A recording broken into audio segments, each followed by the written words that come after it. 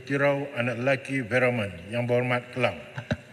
Terima kasih Timbalan Yang di-Pertua. Soalan saya nombor 5. Silakan Yang Berhormat Menteri Kerja Raya. Terima kasih Tuan Yang di-Pertua. Tuan Yang di-Pertua, untuk makluman ahli yang berhormat yang bertanya, Kementerian Kerja Raya bersama pihak Jabatan Kerja Raya senantiasa memandang serius terhadap aduan-aduan kerosakan jalan di Jalan Persekutuan.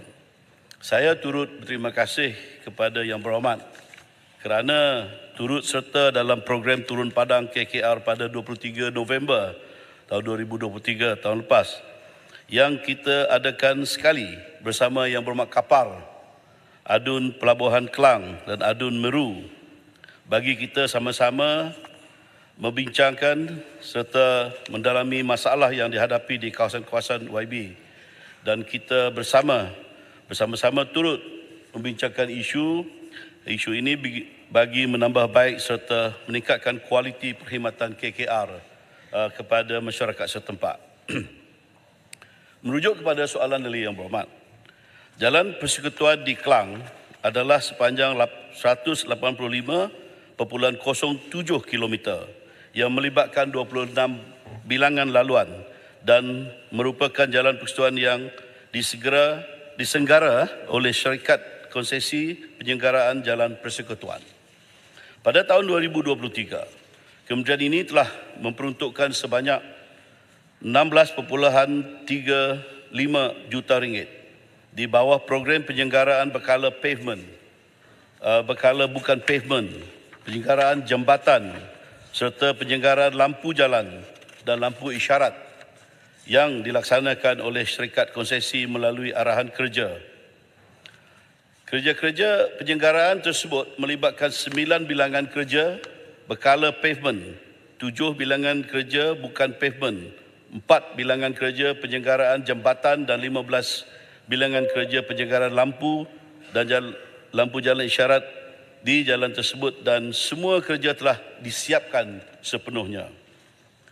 Berdasarkan anggaran penyelenggaraan jalan tahun 2024, kementerian ini telah mengenal pasti dan merancang 35 bilangan kerja berkala pavement bernilai 43 juta ringgit. 51 bilangan kerja berkala bukan pavement yang bernilai 20.42 juta ringgit. Dan 14 bilangan kerja penyelenggaraan jambatan yang bernilai 3.79 juta, dan 33 bilangan kerja penyelenggaraan lampu jalan dan lampu isyarat yang bernilai 6.17 juta ringgit bagi sepanjang jaringan jalan raya di Kelang, Selangor. Sehingga Februari 2024, kementerian ini telah memperuntukkan sebanyak 6.99 juta ringgit. Ya, ini baru 2 bulan 2024 ini. Jadi 6.99 juta ringgit telah diperuntukkan. Dan di bawah program penyelenggaraan berkala pavement, penyelenggaraan berkala bukan pavement, penyelenggaraan jambatan serta penyelenggaraan lampu jalan dan lampu isyarat yang dilaksanakan oleh Syarikat Konsesi melalui arahan kerja. Kerja-kerja penyelenggaraan tersebut melibatkan 3 bilangan kerja berkala pavement, 1 bilangan kerja berkala bukan pavement dan 3 bilangan kerja penyelenggaraan jambatan dan 10 bilangan kerja penyelenggaraan lampu jalan dan lampu isyarat, dan semua kerja dijangka siap pada hujung bulan Oktober 2024 ini. Di samping itu, bagi pelaksanaan kerja tahun 2024, jalan-jalan yang rosak akan dikenal pasti oleh pihak Syarikat Konsesi Penyelenggaraan Jalan Persekutuan yang dilantik, dan pihak JKR akan menyediakan anggaran penyelenggaraan jalan APJ bagi tahun 2024 berdasarkan kerosakan jalan. Walau bagaimanapun, kelulusan kerja tertakluk kepada peruntukan yang diluluskan oleh Kementerian Kewangan serta senarai keutamaan kerja yang disediakan oleh JKR berdasarkan penilaian tahap kritikal kerosakan jalan bagi keseluruhan jaringan jalan persekutuan di bawah seliaan kementerian ini. Untuk makluman ahli yang berhormat, Kementerian Kerja Raya melalui Jabatan Kerja Raya sentiasa komited dalam memastikan jalan sentiasa dalam keadaan yang selamat dan selesa dengan menjalankan kerja-kerja penyelenggaraan sepanjang tahun. Sedikit lagi Tuan Yang Dipertua, untuk makluman yang berhormat juga, terdapat 2 projek menaik taraf jalan di Kelang yang sedang dalam pembinaan, iaitu projek menaik taraf jalan Pelabuhan Utara dari Kelang Container Terminal ke Northport, Pelabuhan Kelang Selangor dengan peruntukan dibelanja pada tahun 2023 sebanyak 12.429 juta ringgit dan unjuran tahun 2024 bagi projek ini adalah sebanyak 15 juta ringgit.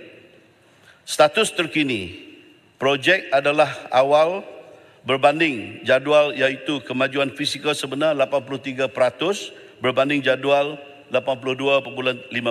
Projek ini dijangka siap pada bulan November tahun 2024 ini.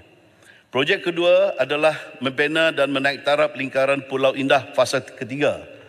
Fasa 3 dengan peruntukan dibelanja pada tahun 2023 adalah sebanyak 40.79 juta ringgit dan unjuran tahun 2024 bagi projek ini adalah sebanyak 120 juta ringgit. Dan status terkini projek adalah awal berbanding jadual, iaitu kemajuan fizikal sebenar 12.9% berbanding jadual 10.63%. Tarikh siap semasa bagi projek ini adalah pada 24 Julai tahun 2026. Sekian, terima kasih. Yang berhormat Kelang, soalan tambahan. Terima kasih kepada Yang Berhormat Menteri yang telah memberi begitu banyak details berkenaan dengan projek di Kelang dan turun bersama dengan saya pada tahun lalu. Terima kasih. Bagaimanapun kita sedar Yang Berhormat Menteri, Kelang ini, daerah Kelang ini mempunyai 3 pelabuhan utama dan kawasan industri. Sering kali kita dengar jalan-jalan kita rosak. Kita tahu tanahnya sebab kita dengar alasannya adalah tanah marine clay. Adakah jalan-jalan yang dibina ni benar-benar berkualiti? Sedangkan kita tahu walaupun kita buat pavement dalam masa sebulan atau kurang daripada sebulan rosak balik. Begitu juga jalan-jalan baru yang kita bina pun cepat rosak.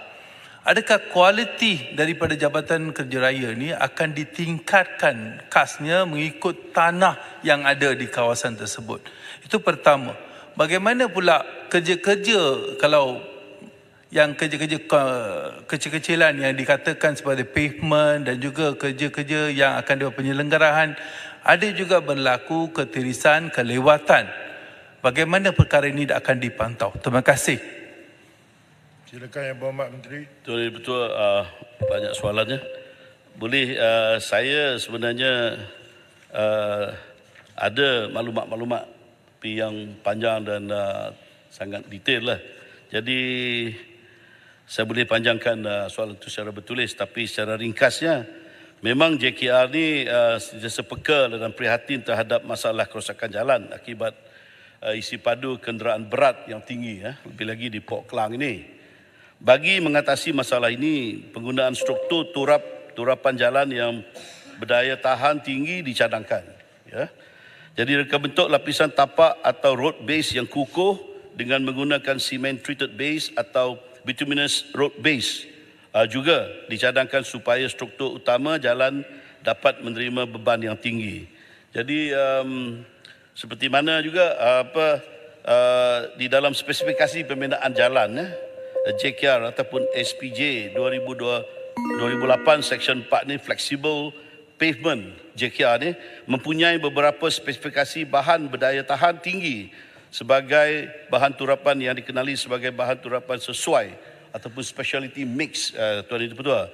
Antara yang telah dibangunkan adalah seperti berikut: porous asphalt, stone mastic asphalt, gap graded asphalt, hold in place recycling, cold in place recycling, polymer modified asphalt, natural rubber modified asphalt dan crumb rubber modified asphalt.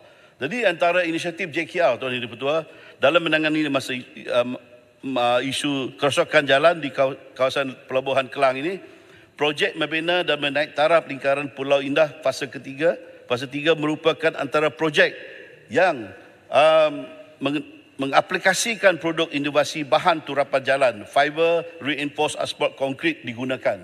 Di lokasi penggunaan reinforced asphalt concrete ini adalah di laluan utama kenderaan berat yang berulang-alik ke pelabuhan. Jadi projek ini secara tidak langsung dijangkakan dapat meningkatkan daya tahan lasak dan jangka hayat turapan jalan yang panjang.